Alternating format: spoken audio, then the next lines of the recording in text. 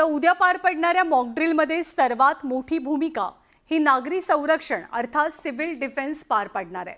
युद्धस्थितीमध्ये civil defence नेमकं काम कसं करतं, नागरी संरक्षणाचे फायदे नेमके काय आहेत हे आपण या रिपोर्टमधनं पाहूया।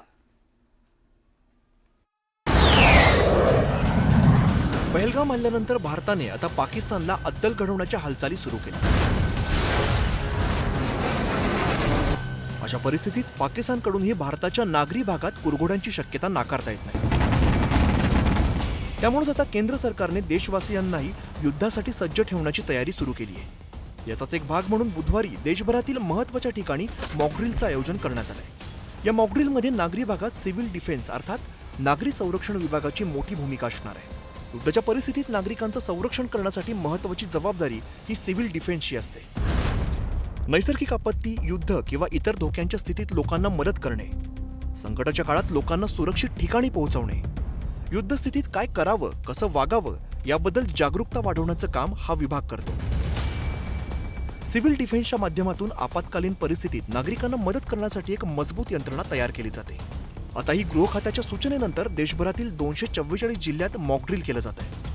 महाराष्ट्रात जिथे जिथे महत्त्वाचे प्रकल्प, कारखाने किंवा संस्था आहेत या ठिकाणी मॉकड्रिल केलं जाणार आहे। यामध्ये नागरी संरक्षण विभागाचे 10,000 स्वयंसेवक सहभागी होणार आहेत।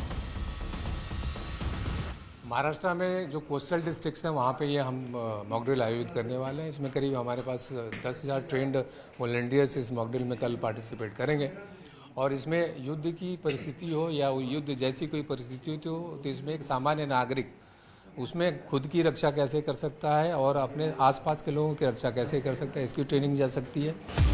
लोकांचं संरक्षण करतानाच देशातील महत्त्वाच्या साधन संपत्ती, प्रकल्प आणि संस्थांचं संरक्षण करण्याचाही प्रयत्न सिव्हिल डिफेन्स विभागाच्या वतीने केला जातोय।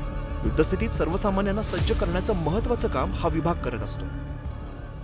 मुंबई में जो वार्ड सिस्टम के हिसाब से जो हमारे वॉलंटियर्स है वहाँ पे ऑपरेट करेंगे और इसमें एक खास करके जो किसी सिचुएशन में जब वैसा लॉस एंड डैमेज की सिचुएशन होती है उस समय प्रॉपर्टी एंड पर्सन की रक्षा के लिए एक सिविलियन क्या कर सकता है उसकी हम उसमें मॉकड्रिल करके फीडबॅक लेने वाले हैं।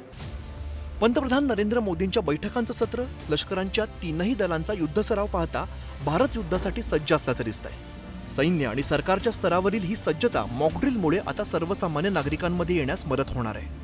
अशा स्थितीत आपल्या सभोवताली असलेल्या स्वयंसेवकांना सहकार्य करणे हे आपल्या सर्वांचं कर्तव्य आहे। शरद जाधव, न्यूज 18 लोकमत, मुंबई।